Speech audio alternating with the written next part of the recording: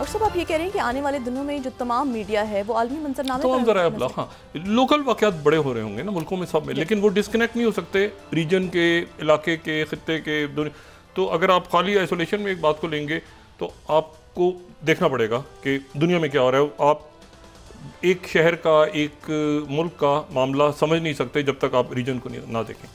अच्छा, आप सिर्फ ये देखें ना कि जो ट्रांजिशनल मीडिया है, जाहिर है अभी तक दुनिया का एक मीडिया इसको समझ नहीं पा रहा कि क्या हुआ है। तो न्यूयॉर्क टाइम्स जो है उसने आज ये जो 15 है उन्होंने कहा है कि Trump's ambition to redraw the world maps ignores those affected most. जाहिर है कि अफ्रीका में, बाकी जगहों पे, दुनिया भर में यूएसएड अगर बंद हुई है, कई ये यूएन से निकला है, गज़ा के अंदर कौन जो है वो ट्रक रुके हुए हैं, कौन पैसे देगा, ये पोलियो सारा काम तो 2 नंबर नहीं हो रही। यूएसएड ने बहुत अच्छे काम भी इन अदारों ने बहुत ज़बरदस्त काम हुए हैं। यूनिसेफ के ये जो बहुत सारी और तंजीमें हैं।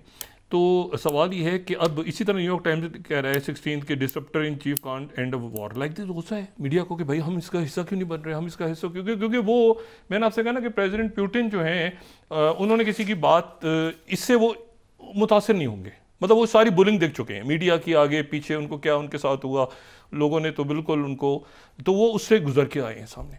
अच्छा, अब इसमें जो इम्पोर्टेंट बात है वो ये है सारी कि आप अगर इसमें जो है वो टास्क को मैं कोट कर रहा हूँ 6th, Lavrov and Rubio agree on communication to prepare Putin Trump meeting. ठीक है, और उसके साथ ही जो है वो पहले हम CNN बता चुके हैं कि सऊदी अरेबिया के अंदर ये तैयारी हो रही है अब। अच्छा, इसी दौरान जो है वो ये बात ध्यान में रखें कि ये होस्टेजेस वहाँ से रिलीज़ हो रहे हैं और साथ उसके कैदी भी 1000 के करीब कैदी रिहा हो गए हैं और जो जेलों से, और वहाँ से जो है वो पहला मरहला जारी है। उनके इसराइल की फ़ौज का जो सरबराह है वो गया है वाशिंगटन। वो कह रहा है मैं 6 मार्च को मैंने रिज़ाइन कर जाना है, अपनी जो मुझसे गलती हुई सारी है वो, लेकिन शायद वाशिंगटन उनको रोक ले, अभी कहेगा रुको अपनी जगह। अच्छा, तो ये और साथ ही ये सारे Saudi Arabia important role play कर गया है। अच्छा, अब इसमें ये देखें ना बहुत से वाक़यात, मतलब मिसाल के तौर पे आप ये देखें कि जैसे सीरिया है, शाम के अंदर, शाम में बशारुल असद गए जो कि जिनका टिल्ट ज़्यादा रशिया की तरफ था, लेकिन उनकी जगह जो अहमद शारा आए, तो अहमद शारा जो हैं उनको तो तुलसी गैबर्ट जो आ रही हैं वहाँ पर, जो डायरेक्टर नेशनल इंटेलिजेंस हैं, वो उनका तो पूरा केस यही था कि ये जो है इनको अमेरिका सपोर्ट करता रहा है, जो यानी जो वहाँ पे जो ये सारी तंजीमें थी नुसरत, तो वो उसमें अब क्या हुआ है कि वो जो इसी दौरान जो है वो पुतिन और अहमद शारा के दरमियान जो बात हुई है टेलीफोन पे, तो उसके नतीजे में खामोशी से ये जो नया सीरिया इमर्ज हुआ है ये भी चला गया है टूवर्ड्स रशिया। ठीक है, और उसके साथ ही जो बहुत से मुल्क हैं, मैंने आपसे कहा ना जैसे G7, G8, G20, ये इररिलेवेंट होगा, क्वाड का क्या बनेगा, उसका क्या बनेगा, नेटो का क्या होगा, वो मतलब एक कौन सी आर्मी बनेगी यूरोप की, क्या वो, ये सारे इररिलेवेंट सी चीज़ें हो गई हैं। ये आप ध्यान में रखेंगे जो हमारे रीजन है, ये खित्ता जो है पाकिस्तान का, ये तो हमें इल्म है, इंडिया, ईरान सारा, लेकिन जो सेंट्रल एशिया है, ये सेंट्रल एशिया जो है यहाँ पर अमेरिका नहीं था। ये जो है ये जो वेस्टर्न पावर्स थी, ये कभी भी वेस्टर्न पावर्स का जो है ये यहाँ पे आप समझें कि उनका बसेरा नहीं रहा, सवाए उस दौर के जब यहाँ पे बरतानिया और सोवियत यूनियन के दरमियान एक ग्रेट गेम हुआ। लेकिन बाद में, उसके बाद जब फर्स्ट वर्ल्ड वॉर या सेकेंड, तो यहाँ ये जो एरिया ऑफ इन्फ्लुएंस है ये सोवियत यूनियन का ही था, सेंट्रल एशिया।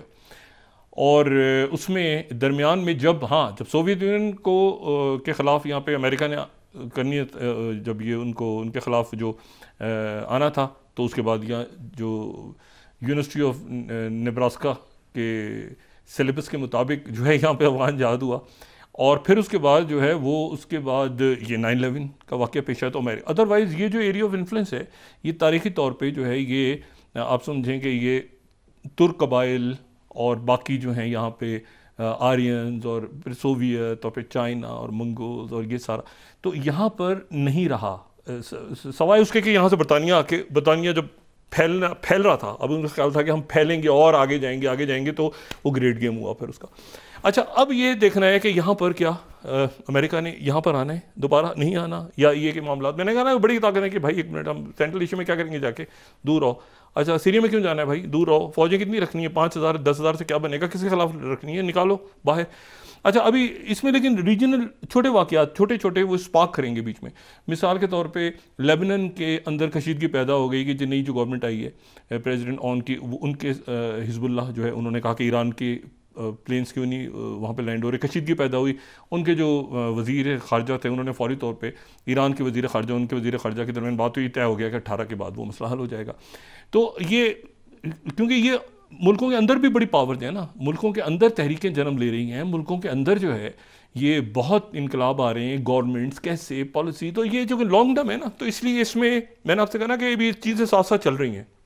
ये तारीख़ लम्हात हैं, इसको याल्टा 2 कह दें, इसको तेहरान कॉन्फ्रेंस कह दें, जो भी नाम दे दें इसको, लेकिन ये है कि ये हो वही रहा है। क्योंकि पुतिन, ट्रंप और शी जिनपिंग का आपस में मिलना, तो बाकी दुनिया मुझे बताए ना फिर कहाँ पे आप कहेंगे जी उन तीनों डिसाइड करें। तो उसमें ताइवान आज कह रहा है कि जी 24 चाइना के जहाज़ जो हैं वो आ गए, क्योंकि कनाडा का एक वेसल गुजरा था बीच में से, वो स्टेट ऑफ जो ताइवान और चाइना के वहाँ से। अब मुझे बताएं इन हालात में वो 24 तैयारे चाइना के अगर उधर से बचाओ भी कौन अमेरिका जाएगा इस वक्त, कौन जाएगा? वो मुलाकात तो नहीं जा रही है उनकी शी जिनपिंग से।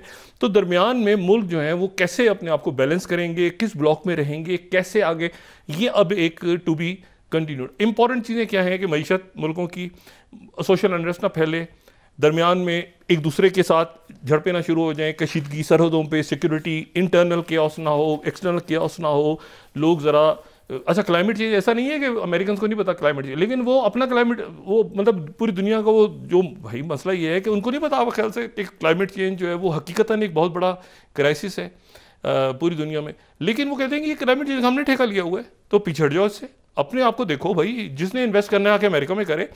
उनसे पूछा कि आपने इसराइल को हथियार क्यों दे दिए हैं, तो प्रेसिडेंट ट्रंप ने कहा कि पैसे दिए उन्होंने, जो पैसे देगा वो पैसे हथियार ले ले, तो उन्होंने पैसे दिए इसराइल ने, तो हमने दे दिए हथियार, कोई इशू नहीं। उन्होंने ये नहीं कहा। अच्छा, उन्होंने उसके बाद कि मैं तो सोच रहा था कि ऐसे होगा, लेकिन ये कि ये तय करो। लेकिन साथ ही सऊदी अरेबिया और इजिप्ट और जॉर्डन और ज़ाहिर अरब मुल्कों के अंदर ही तो मीटिंग्स हो रही हैं सारी, ये जो प्रेसिडेंट पुतिन की और प्रेसिडेंट ट्रंप की हो रही हैं। तो अरब मुल्क उसके बाद वो जो प्लान है ज़ाहिर है वो आगे पीछे भी हो सकता है इस दौरान में, क्योंकि बड़ा रोल प्ले कर रहे हैं ना अरब। अच्छा, तुर्की दरमियान में अपनी एक पावर इमर्ज कर गया दोबारा। तुर्की जो है ये वो तुर्की नहीं है जो आज से 100 साल पहले बहुत इमर्ज करके नया पावर उनकी बन गई दरमियान तुर्की। इसी तरह से जो है वो कई मुल्क जो हैं वो तो मैं आपसे सिर्फ ये कह रहा हूँ कि ये एक तारीख़ी लम्हा है, तारीख़ी लम्हात हैं, ठीक है। ज़ेलेंस्की का जो जाना है, वो पूरा जो ऑर्डर था ना, मैंने उससे पहले भी कहना कि वो ये जो एआई की टेक्नोलॉजीज आ गई है ना, इन एआई की टेक्नोलॉजीज़ के बाद ये जो आर्टिफिशियल इंटेलिजेंस, और उसमें अब ये देखना है ना कि वो भी तो एक दौर था ना, बड़े बड़े ये जो सेकेंड वर्ल्ड वॉर के बाद का दौर है ना, बड़े बड़े एयर डिफेंस शोज, आगे पीछे लाइट्स लगी हुई हैं, धारें, लोग, तो वो भी तो सारा सिस्टम अब एआई की वजह से नई टेक्नोलॉजी, क्लाउड कंप्यूटिंग से फारिग हो रहा है ना सारा। तो वो भी जिसने लेना है भी बड़े महंगे जहाज ले ले। लेकिन मसला ये है कि ये जो कुछ यहाँ पे हो रहा है, यानी दुनिया में हो रहा है, तो क्या बिलियंस ट्रिलियंस, देखें ना, ट्रंप कह रहा है कि भाई ले लो, जिसने लेना है लोगों ने कहा, ये नहीं कि हाँ ठीक है अब मुझे दूसरा प्लान पेश करें। और उसमें जो है ये भी हो सकता है कि दूसरे कैंप्स सामने आए, लेकिन वो दूसरे कैंप्स को भी लीड कौन करेगा? दूसरे कैंप्स को लीड कौन करेगा? अगर इसको समझा जाए कि ट्राइलेटरल है और 3 बड़े फैसला कर रहे हैं पूरी दुनिया के मैप्स का, और हमारे पास मिसाल है ना याल्टा कॉन्फ्रेंस की, उसी में डिसाइड किया ना 3 ने बैठ के कि अक़वाम मुत्तहिदा बनेगा। ओ भाई, वो अगले 50 पता नहीं कितने साल तक जो है, वो 70 साल तक वो अक़वाम मुत्तहिदा ही खड़ा रहा। आखिर में दुनिया का एक मसला उसने हल नहीं किया, एक मसला हल नहीं किया अक़वाम मुत्तहिदा की किसी करारदाद ने, बल्कि वो एक क्लब बन गया, डिबेटिंग क्लब। बैठे हैं मुल्क और बैठ के गप्पे लगा रहे हैं वहाँ पे, और पीआर बना रहे हैं अपनी, और बाद में अपने साथ एक टाइटल लगा रहे हैं कि भाई मैं अक़वाम मुत्तहिदा में पता नहीं तुरंग खान तो बहुत बड़ा मसाइल अपनी जगह खड़े हैं। तो मेरा ख्याल है कि ये तारीख़ के वो दिन हैं हिस्ट्री के जिनमें ये टू बी कंटिन्यूड है, और आने वाले दिनों में ये देखना है कि जो ये मुल्क हैं, सारे रियासतें हैं, मुल्क हैं, ये कैसे अपने आप को अपनी पोजीशनिंग करते हैं।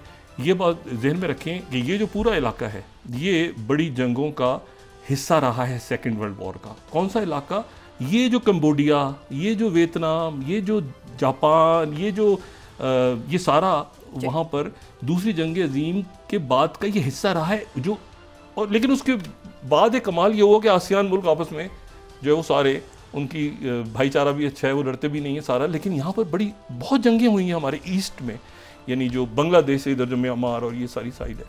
और उसी ज़माने में वो फिर आप देखें ना, बहादुर शाह जफ़र उधर जलावतन किया जा रहा है उनको रंगून में। वो इंडिया की फिल्मों के गाने आ रहे हैं, मेरे पिया गए रंगून, क्यों गए भाई? तो मतलब ये उस ज़माने में वो फौजें भर्ती हो रही हैं ना, यहाँ से जा रही हैं लड़ने के लिए वर्ल्ड वॉर में, तो गाने भी उसी तरह के आ रहे हैं, माहौल भी उसी तरह का बना हुआ है।